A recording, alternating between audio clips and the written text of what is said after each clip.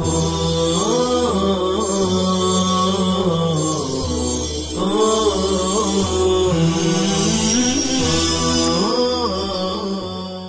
اللہ الرحمن الرحیم۔ نیا سال، مسلمان کیا کرے کیا نہ کرے۔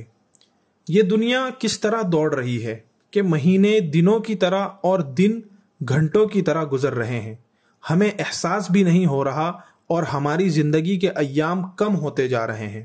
اور ہم برابر اپنی موت کے قریب ہوتے جا رہے ہیں۔ ہم اپنی دنیاوی زندگی میں ایسے مصروف اور منہمک ہیں کہ لگتا ہے کہ ہم اسی دنیا میں ہمیشہ ہمیش رہیں گے، حالانکہ عقل مند اور نیک بخت وہ ہے جو دنوں کی تیزی سے جانے اور سال و موسم کے بدلنے کو اپنے لیے عبرت بنائے، وقت کی قدر و قیمت سمجھے کہ وقت صرف اس کی وہ عمر ہے جو اس کے ہر سانس پر کم ہو رہی ہے، اور اچھے اعمال کی طرف راغب ہو کر اپنے مولا کو راضی کرنے کی کوشش کرے۔ وقت کا تیزی کے ساتھ گزرنا قیامت کی علامتوں میں سے ایک علامت ہے، جیسا کہ حضور اکرم صلی اللہ علیہ وسلم نے ارشاد فرمایا کہ قیامت اس وقت تک قائم نہیں ہوگی جب تک زمانہ آپس میں بہت قریب نہ ہو جائے، یعنی شب و روز کی گردش بہت تیز نہ ہو جائے۔ چنانچہ سال مہینے کے برابر، مہینہ ہفتے کے برابر، ہفتہ دنوں کے برابر، اور دن گھنٹے کے برابر ہو جائے گا، اور گھنٹے کا دورانیہ بس اتنا رہ جائے گا جتنی دیر میں آگ کا شعلہ یکدم بھڑک کر بجھ جاتا ہے۔ زندگی کو زندگی دینے والے کی مرضی کے مطابق گزاریں۔ زندگی اللہ پاک کا عظیم عطیہ اور قیمتی امانت ہے۔ اس کا درست استعمال انسان کے لیے دنیاوی کامیابی اور اخروی سرفرازی کا سبب ہے، اور اس کا ضیاع انسان کو ہلاکت و بربادی کے دہانے تک پہنچا دیتا ہے۔ قیامت میں انسان کو اپنے ہر قول و عمل کا اللہ سبحانہ و تعالی کے سامنے پورا حساب دینا ہے۔ اس لیے ضروری ہے کہ انسان کسی بھی عمل کو انجام دینے سے پہلے اس بات پر بخوبی غور کر لے کہ وہ اس عمل کے ارتکاب کی صورت میں وہ کل کیا صفائی پیش کرے گا اور اپنے معبود حقیقی کو کیا منہ دکھائے گا۔ آج مسلمانوں نے دیگر اقوام کی دیکھا دیکھی بہت سی ان چیزوں کو اپنی زندگی کا حصہ بنا لیا اور انہیں اپنے لیے لازم و ضروری سمجھ لیا، جو دین و دنیا دونوں کی تباہی و بربادی کا ذریعہ ہیں۔ انہی خرافات اور ناجائز رسومات میں سال نو کا جشن بھی خصوصیت کے ساتھ قابل ذکر ہے۔ ایک سال کا اختتام اور دوسرے سال کا آغاز اس بات کا کھلا پیغام ہے کہ ہماری زندگی سے ایک سال کم ہو گیا، حیات مستعار کا ایک اور ولق الٹ گیا، اور ہم موت کے مزید قریب ہو گئے۔ اس لحاظ سے ہماری فکر اور ذمہ داری اور بڑھ جانی چاہیے۔ ہمیں پوری سنجیدگی کے ساتھ اپنی زندگی اور وقت کو منظم کر کے اچھے اختتام کی کوشش میں لگ جانا چاہیے، اور اپنا محاسبہ کر کے کمزوریوں کو دور کرنے اور اچھائیوں کو انجام دینے کی سعی کرنی چاہیے۔ مگر افسوس، صد افسوس، اس کے برعکس دیکھا یہ جاتا ہے کہ عیسوی سال کے اختتام اور نئے سال کے آغاز پر مغربی ممالک کی طرح ہمارے ملک کے بہت سارے مسلم اور غیر مسلم، بالخصوص نوجوان لڑکیاں اور لڑکے دھوم دھام سے خوشیاں مناتے ہیں، آتش بازی کرتے ہیں، کیک کاٹتے ہیں، اور ایک دوسرے کو نئے سال کی مبارکباد پیش کرتے ہیں۔ پھر اظہار مسرت کے اس بے محل موقع پر وہ جائز اور مناسب حدود سے نکل کر بہت سے ایسے کام بھی کرتے ہیں جنہیں ایک سلیم العقل انسان اچھی نگاہ سے نہیں دیکھتا، اور نہ ہی انسانی سماج کے لیے وہ کام کسی طرح مفید ہے، بلکہ نگاہ بصیرت سے دیکھا جائے تو حد درجہ مضر ہے۔ مثال کے طور پر 31 دسمبر اور 1 جنوری کے بیچ کی شب میں نئے عیسوی سال کے آغاز کی خوشی مناتے ہوئے جگہ جگہ قمقمے روشن کیے جاتے ہیں، رنگ برنگی تقاریب کا اہتمام ہوتا ہے، ناچنے گانے والیوں کو بلا کر رقص و سرور کی محفلیں جمتی ہیں، اور ان حرام کاموں پر بے تحاشا پیسہ خرچ کیا جاتا ہے۔ بہت سارے نوجوان اس رات شراب و کباب کا جم کر استعمال کرتے ہیں اور اس غلط کام پر بے دریغ پیسہ خرچ کرتے ہیں۔ ہم نہیں سمجھتے کہ شراب نوشی کی کسی بھی مذہب میں کوئی بھی گنجائش ہوگی۔ یہ انسانی عقل کو سلب کر کے آدمی کو بالکل ناکارہ بنا دیتی ہے، اور اس کے نشے میں چور آدمی قتل و غارت گیری، زناکاری و بدکاری اور بہت ساری دوسری برائیوں کا بلا جھجک ارتکاب کرتا ہے۔ الغرض، پرانے سال کے اختتام اور نئے سال کے آغاز پر یعنی 31 دسمبر اور 1 جنوری کی درمیانی شب فحاشی اور عریانی کی تمام حدوں سے گزر جانے، بے دریغ مال و اوقات کا ضیاع کرنے، نیز مذہبی و اخلاقی پابندیوں کو پاؤں تلے روند ڈالنے بلکہ حیوانیت کا گندا مظاہرہ کرنے کو فی زماننا نیو ایئر سیلیبریشن سے تعبیر کیا جاتا ہے، جس میں متعدد گناہوں کے ساتھ اسراف و فضول خرچی، کفار و مشرکین کی تقلید، نعمت خداوندی کی ناقدری اور وقت کا ضیاع جیسے بیشتر امور بھی شامل ہیں۔ اسلام میں زندگی اور وقت کا تصور۔ عبداللہ ابن مسعود رضی اللہ تعالیٰ عنہ فرماتے ہیں کہ میں کسی چیز پر اتنا نادم اور شرمندہ نہیں ہوا جتنا کہ ایسے دن کے گزرنے پر جس کا سورج غروب ہو گیا، جس میں میرا ایک دن کم ہو گیا اور اس میں میرے عمل میں اضافہ نہ ہو سکا۔ حسن بصری رحمت اللہ علیہ فرماتے ہیں کہ اے ابن آدم، تو ایام ہی کا مجموعہ ہے، جب ایک دن گزر گیا تو یوں سمجھ تیرا ایک حصہ بھی گزر گیا۔ یہ عمر اور زندگی جو ہم کو عطا ہوئی ہے وہ صرف آخرت کی ابدی زندگی کی تیاری کی خاطر عطا ہوئی ہے کہ ہم اس کے ذریعے آنے والی زندگی کو بہتر بنا سکیں اور اپنے اعمال کو اچھا بنا سکیں۔ حضرت علی رضی اللہ تعالی عنہ فرماتے ہیں کہ یہ ایام تمہاری عمروں کے صحیفے ہیں، اچھے اعمال سے ان کو دوام بخشو۔ سال کے اختتام پر کیا کرنا چاہیے؟ سوال یہ ہے کہ اس موقع پر مسلمانوں کو کیا رویہ اختیار کرنا چاہیے جو قرآن و احادیث کی روشنی میں صحیح ہو۔ نئے سال سے متعلق کسی عمل کو تلاش کرنے کی کوشش کی تو قرون اولیٰ کا کوئی اور عمل تو مل نہ سکا، البتہ بعض کتب حدیث میں یہ روایت نگاہوں سے گزری کہ جب نیا مہینہ یا نئے سال کا پہلا مہینہ شروع ہوتا تو اصحاب رسول صلی اللہ علیہ وسلم ایک دوسرے کو یہ دعا سکھاتے اور بتاتے تھے: اللہم ادخلہ علینا بالامن والایمان والسلامت والاسلام ورضوان من الرحمن وجواز من الشیطان۔ اے اللہ، اس نئے سال کو ہمارے اوپر امن و امان، سلامتی و اسلام اور اپنی رضامندی نیز شیطان سے پناہ کے ساتھ داخل فرما۔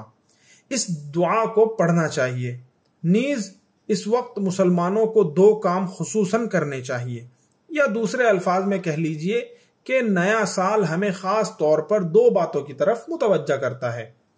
نمبر 1، ماضی کا احتساب۔ نمبر 2، آگے کا لائحہ عمل۔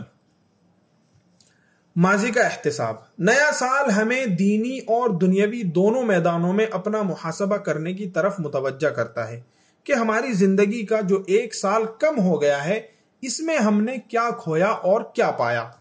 ہمیں عبادات، معاملات، اعمال، حلال و حرام، حقوق اللہ اور حقوق العباد کی ادائیگی کے میدان میں اپنی زندگی کا محاسبہ کر کے دیکھنا چاہیے کہ ہم سے کہاں کہاں غلطیاں ہوئی ہیں، اس لیے کہ انسان دوسروں کی نظر سے تو اپنی غلطیوں اور کوتاہیوں کو چھپا سکتا ہے لیکن خود کی نظروں سے نہیں بچ سکتا۔ اس لیے نبی کریم صلی اللہ علیہ وسلم کا ارشاد ہے: حاسبوا انفسکم قبل ان تحاسبوا، تم خود اپنا محاسبہ کرو قبل اس کے کہ تمہارا حساب کیا جائے۔ اس لیے ہم سب کو ایمانداری سے اپنا اپنا مواخذہ اور محاسبہ کرنا چاہیے اور ملی ہوئی مہلت کا فائدہ اٹھانا چاہیے اس سے پہلے کہ یہ مہلت ختم ہو جائے۔ اسی کو اللہ جل شانہ نے اپنے پاک کلام میں ایک خاص انداز سے ارشاد فرمایا: وَأَنفِقُوا مِمَّا رَزَقْنَاكُم مِّن قَبْلِ أَن يَأْتِيَ أَحَدَكُمُ الْمَوْتُ فَيَقُولُ رَبِّ لَوْلَا أَخَّرْتَنِي إِلَىٰ أَجَلٍ قَرِيبٍ فَأَصَّدَّقَ وَأَكُن مِّنَ الصَّالِحِينَ وَلَن يُؤَخِّرَ اللَّهُ نَفْسًا إِذَا جَاءَ أَجَلُهَا وَاللَّهُ خَبِيرٌ بِمَا تَعْمَلُونَ۔ اور جو کچھ ہم نے تمہیں دے رکھا ہے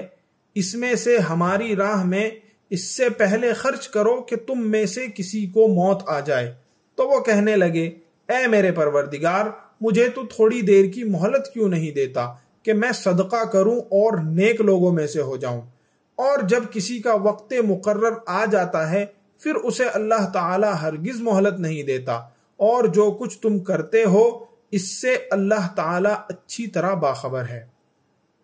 آگے کا لائحہ عمل، اپنی خود احتسابی اور جائزے کے بعد اس کے تجربات کی روشنی میں بہترین مستقبل کی تعمیر اور تشکیل کے منصوبے میں منہمک ہونا ہوگا کہ کیا ہماری کمزوریاں رہی ہیں اور ان کو کس طرح دور کیا جا سکتا ہے، دور نہ صحیح تو کیسے کم کیا جا سکتا ہے۔ انسان غلطی کا پتلا ہے، اس سے غلطیاں تو ہوں گی ہی، کسی غلطی کا ارتکاب تو برا ہے ہی، اس سے بھی زیادہ برا یہ ہے کہ اس سے سبق حاصل نہ کیا جائے اور اسی کا ارتکاب کیا جاتا رہے۔ یہ منصوبہ بندی دینی اور دنیاوی دونوں معاملات میں ہو، جیسا کہ حدیث سے معلوم ہوتا ہے۔ نبی کریم صلی اللہ علیہ وسلم نے ارشاد فرمایا، اغتنم خمسا قبل خمس، شبابک قبل حرمک، وصحتک قبل سقمک، وغناک قبل فقرک، وفراغک قبل شغلک، وحیاتک قبل موتک۔ 5 چیزوں سے پہلے 5 چیزوں کو غنیمت جان لو، اپنی جوانی کو بڑھاپے سے پہلے، اپنی صحت و تندرستی کو بیماری سے پہلے، اپنی مالداری کو فقر و فاقے سے پہلے، اپنے خالی اوقات کو مشغولیت سے پہلے، اپنی زندگی کو موت سے پہلے۔ آخرت کی زندگی کی کامیابی اور ناکامی کا دار و مدار اسی دنیا کے اعمال پر منحصر ہے، جیسا کہ ارشاد ربانی ہے، وَأَن لَيْسَ لِلْإِنسَانِ إِلَّا مَا سَعَى وَأَنَّ سَعْيَهُ سَوْفَ يُرَى ثُمَّ يُجْزَاهُ الْجَزَاءَ الْأَوْفَى۔ اور ہر انسان کے لیے صرف وہی ہے جس کی کوشش خود اس نے کی، اور بے شک اس کی کوشش عنقریب دیکھی جائے گی، پھر اسے پورا بدلہ دیا جائے گا۔ خلاصہ یہ کہ ہر نیا سال خوشی کے بجائے ایک حقیقی انسان کو بے چین کر دیتا ہے، اس لیے کہ اس کو اس بات کا احساس ہوتا ہے میری عمر رفتہ رفتہ کم ہو رہی ہے اور برف کی طرح پگھل رہی ہے۔ وہ کس بات پر خوشی منائے، بلکہ اس سے پہلے کہ زندگی کا سورج ہمیشہ کے لیے غروب ہو جائے، کچھ کر لینے کی تمنا اس کو بے قرار کر دیتی ہے۔ اس کے پاس وقت کم اور کام زیادہ ہوتا ہے۔ ہمارے لیے نیا سال وقتی لذت یا خوشی کا وقت نہیں، بلکہ گزرتے ہوئے وقت کی قدر کرتے ہوئے آنے والے لمحات زندگی کا صحیح استعمال کرنے کے عزم و ارادے کا موقع ہے، اور از سر نو عزائم کو بلند کرنے اور حوصلوں کو پروان چڑھانے کا وقت ہے۔ مسلمانوں کا نیا سال، ساتھ ساتھ مناسب معلوم ہوتا ہے کہ مسلمانوں کو ایک اہم امر کی طرف بھی متوجہ کر دیا جائے کہ مسلمانوں کا نیا سال جنوری سے نہیں بلکہ محرم الحرام سے شروع ہوتا ہے، جو ہو چکا ہے، اور ہم میں سے اکثروں کو اس کا علم بھی نہیں۔ مسلمانوں کو چاہیے کہ وہ قمری اور ہجری سال کی حفاظت کریں اور اپنے امور اسی تاریخ سے انجام دیں، اس لیے کہ ہماری تاریخ یہی ہے۔ چونکہ ہر قوم اپنی تاریخ کو کسی خاص واقعے سے مقرر کرتی ہے، اس لیے مسلمانوں نے اپنی تاریخ کو خلیفہ ثانی حضرت عمر فاروق رضی اللہ تعالیٰ عنہ کے دور خلافت میں حضرت علی المرتضی رضی اللہ تعالیٰ عنہ کے مشورے سے واقعہ ہجرت سے مقرر کیا۔ نیز حضرت تھانوی رحمۃ اللہ علیہ لکھتے ہیں، چونکہ احکام شریعت کا مدار حساب قمری پر ہے، اس لیے اگر ساری امت دوسری اصطلاح کو اپنا معمول بنا لے جس سے حساب قمری ضائع ہو جائے تو سب گنہگار ہوں گے، اور اگر وہ محفوظ رہے تو دوسرے حساب کا استعمال بھی مباح ہے، لیکن سنت سلف کے خلاف ضرور ہے، اور حساب قمری کا برتنا بوجہ اس کے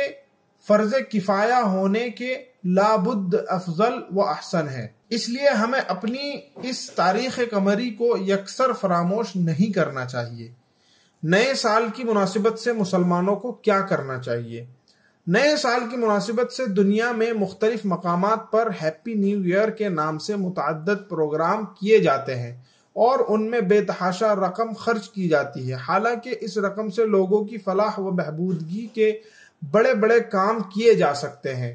انسانی حقوق کی ٹھیکیدار بننے والی دنیا کی مختلف تنظیمیں بھی اس موقع پر چشم پوشی سے کام لیتی ہیں، مگر ظاہر ہے کہ ان پروگراموں کو منعقد کرنے والے نہ ہماری بات مان سکتے ہیں اور نہ ہی وہ اس وقت ہمارے مخاطب ہیں، لیکن ہم مسلمانوں کو اس موقع پر کیا کرنا چاہیے، یہ اس مضمون کو لکھنے کا مقصد ہے۔ پوری امت مسلمہ کا اتفاق ہے کہ شریعت اسلامیہ میں کوئی مخصوص عمل اس موقع پر مطلوب نہیں ہے، اور قیامت تک آنے والے انس و جن کے نبی حضور اکرم صلی اللہ علیہ وسلم، صحابہ کرام، تابعین، تبع تابعین، مفسرین، محدثین اور فقہا سے ہیپی نیو ایئر کہہ کر ایک دوسرے کو مبارکباد پیش کرنے کا کوئی ثبوت نہیں ملتا۔